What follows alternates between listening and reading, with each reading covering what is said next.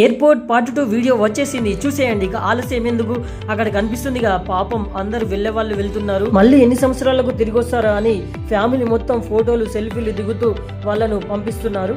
బ్రతుకు తెరువు కోసం వలస జీవులుగా కొంతమంది, హయ్యర్ ఎడ్యుకేషన్ కోసం మరి కొంతమంది. ఏదైతేనే ఫ్యామిలీని వదిలి దూరంగా వెళ్ళడం చాలా బాధగా అనిపిస్తుంది కదా.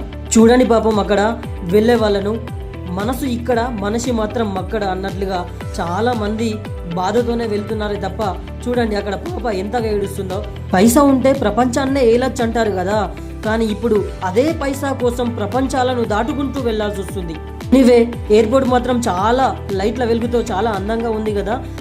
బస్సు తీసుకొచ్చి నన్ను డైరెక్ట్గా 3rd ఫ్లోర్లో దింపేసింది.